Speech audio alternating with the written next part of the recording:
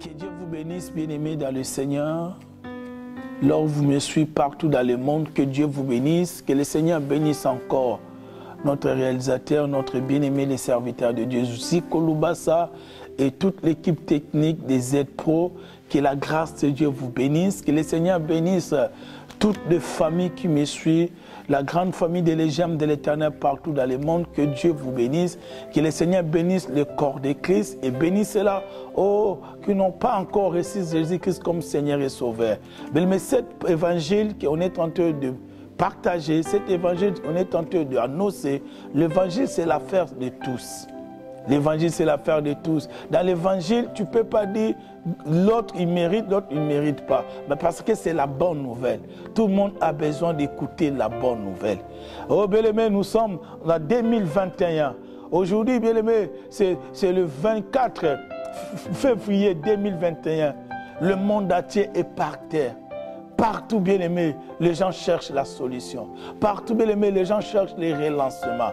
Mais le relancement sans Jésus-Christ, c'est impossible. Le relancement sans la révélation, c'est impossible. Voilà là où tu me suis, bien-aimé. Nous sommes là tous les semaines, par la grâce de Dieu et par la grâce de notre chaîne Z-Epo, qui nous permettent de partager, de libérer l'onction que Dieu, la parole qu'il nous a donnée. Là où vous êtes, soyez connectés. Nous voulons prier pour commencer notre petite exhortation qui va vous faire du bien.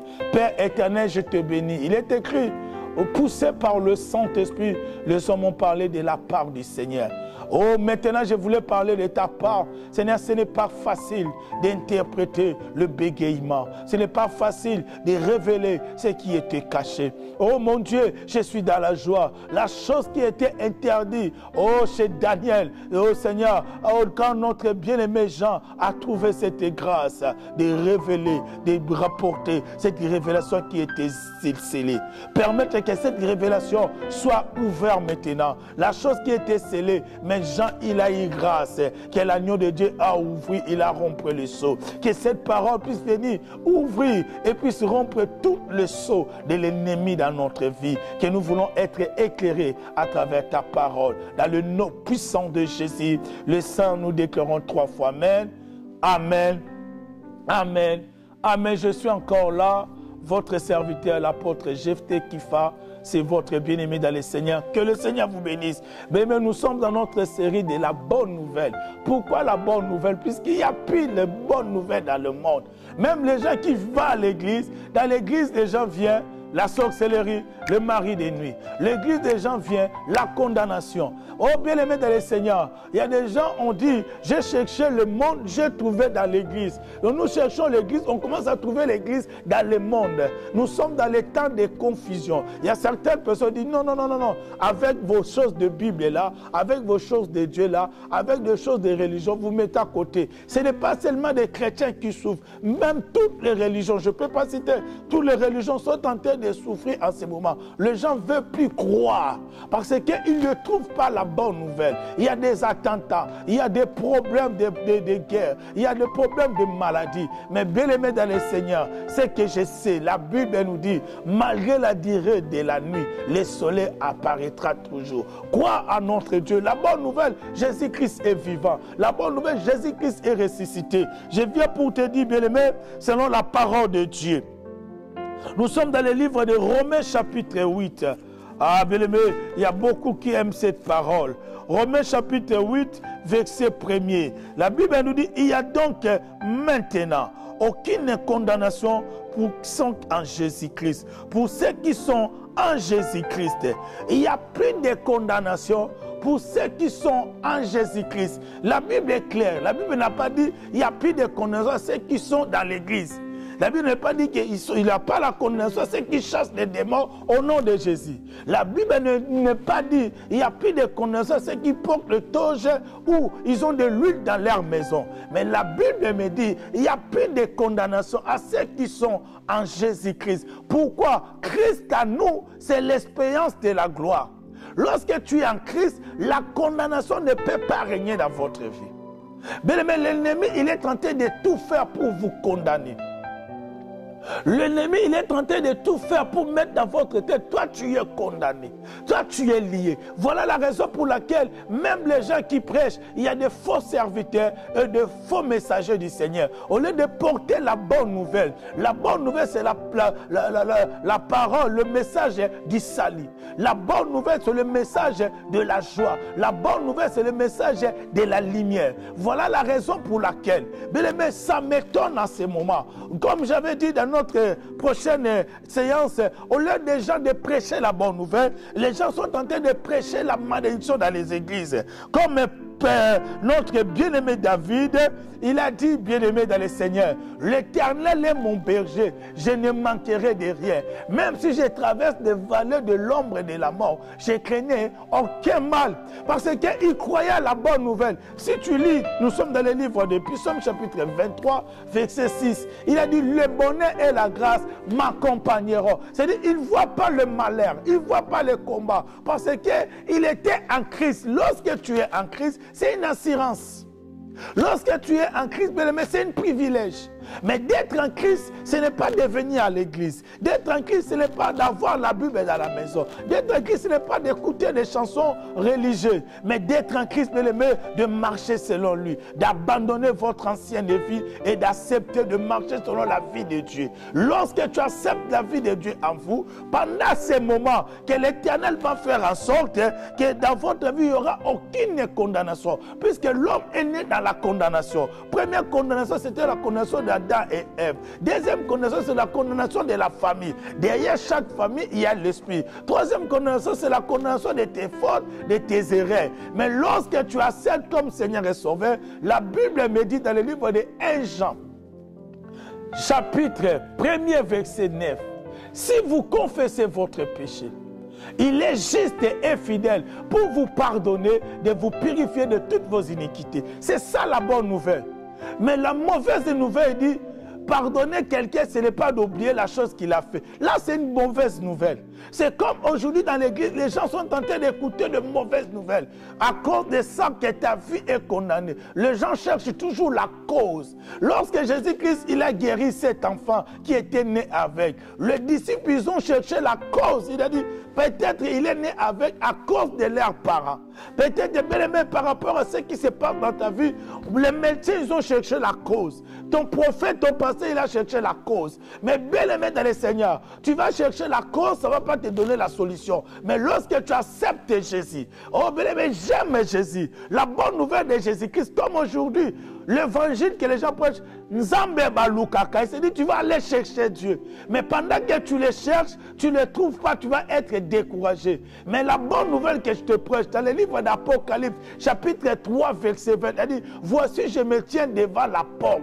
Quelle porte? C'est ta porte. Si quelqu'un attend ma voix, il sait que tu es fatigué. Il sait que tu es abattu. Il sait que tu as cherché l'Éternel partout. Tu as dépensé ton argent. Tu as dépensé ton énergie. Tu as fait toutes les jeûnes et prières. Tu as monté même dans les montagnes. Votre situation est toujours la même. Tu as bien aimé taxer des prédicateurs comme des aventuriers, comme des escrocs, comme des farceurs. Parce que tout ce qu'ils disent, rien ne marche dans votre vie. Bien aimé, le problème, parce que au lieu de chercher les crises, toi tu cherches la délivrance. Au lieu de chercher les crises, toi tu cherches la solution de tes problèmes. D'abord, lorsque tu les cherches, lorsque tu les reçois dans ta vie, quand il rentre, il a dit, je souperai avec lui. Bien aimé, il va ramener la nourriture du soir. Parce qu'il sait bien que tu es en train de traverser les moments difficiles. L'église, chassez les biens. Nous sommes au temps du soir, le temps de la confusion, le temps de l'ignorance. Vous ne pouvez pas rester dans ces temps-là. Voilà la raison pour laquelle, lorsque quelqu'un demeure dans l'ignorance, lorsque quelqu'un demeure dans le tâtonnement, il est condamné.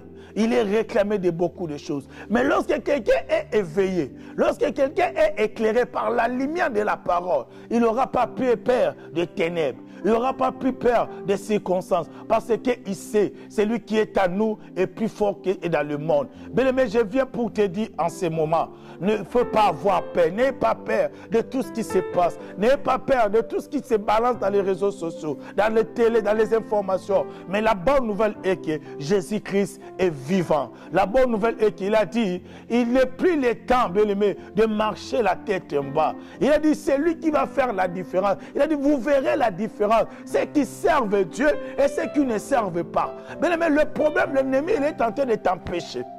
Il est tenté de te dire, toi, tu ne peux pas. Toi, tu es condamné. Il est de te regarde ta vie. Si tu voulais prier, dis toi, tu ne peux pas prier. Regarde combien de fois tu as péché. Mais bien aimé, la Bible nous dit, le Seigneur ne compte pas le temps d'ignorance, mais il a donné à tout le monde le temps de se repentir. Lorsque tu prends de bonnes décisions, de retourner vers lui, comme le fils prodigue, bien aimé, il a réfléchi à lui-même. Il dit, je dois retourner vers mon Père. Bien aimé, Dieu a besoin de toi. Retourne vers lui. Retourne vers lui. Il a gardé une bonne chose. Toi, tu sens condamné par la maladie. Tu sens condamné par quelque chose qui est en train de t'embêter. Mais la Bible nous dit, il n'y a plus de condamnation à ceux qui sont à Christ. Réellement, est-ce que vous êtes en Christ? Pose-toi la question, pourquoi ma vie est toujours comme ça? Pourquoi toujours ma vie n'avance pas? En réalité, bien aimé, si vous êtes en Christ, il y a quelque chose qui va se passer dans votre vie. La Bible nous dit, venez à moi, vous tous qui êtes fatigués, chargés. Je vous donnerai du repos. Je suis là pour encourager quelqu'un qui est désespéré, qui est abattu. Il y a des gens qui ont devenu des blessés de guerre à cause des religions, à cause des hommes de Dieu, à cause des servants de Dieu, des serviteurs de Dieu. Bien aimé, ne mets pas ta foi sur un homme. Ne mets pas ta foi sur le matériel. Ne mets pas ta foi sur tes gènes. Ne mets pas ta foi sur tes genoux. Mets ta foi en Christ. Bien aimé, c'est lui qui est infaillible. Il a dit dans sa parole, si Dieu est pour nous, qui sera contre? Ah, j'aime cette parole, bien aimé. La Bible me dit, je dois clôturer par là. Romains chapitre 8. Romains chapitre 8, verset 31. Que dirons-nous donc à l'égard de ces choses?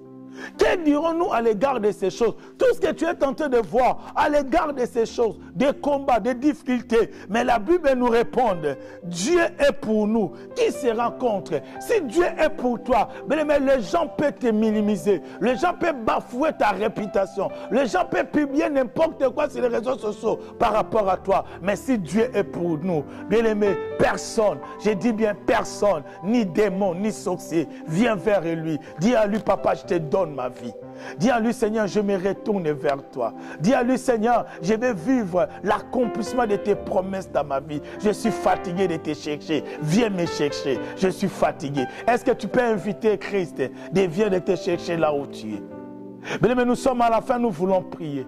Est-ce que tu peux dire à Christ de venir te chercher là où tu es dans le lit des hôpitaux, là où tu es dans le péché, là où tu es humilié, là où tu es condamné? Nous voulons prier. La prière, bien aimé, nous voulons faire la prière de la restauration. La prière que nous voulons faire, qui est la prière qui va briser la condamnation. Je ne sais pas, tu es condamné des hommes.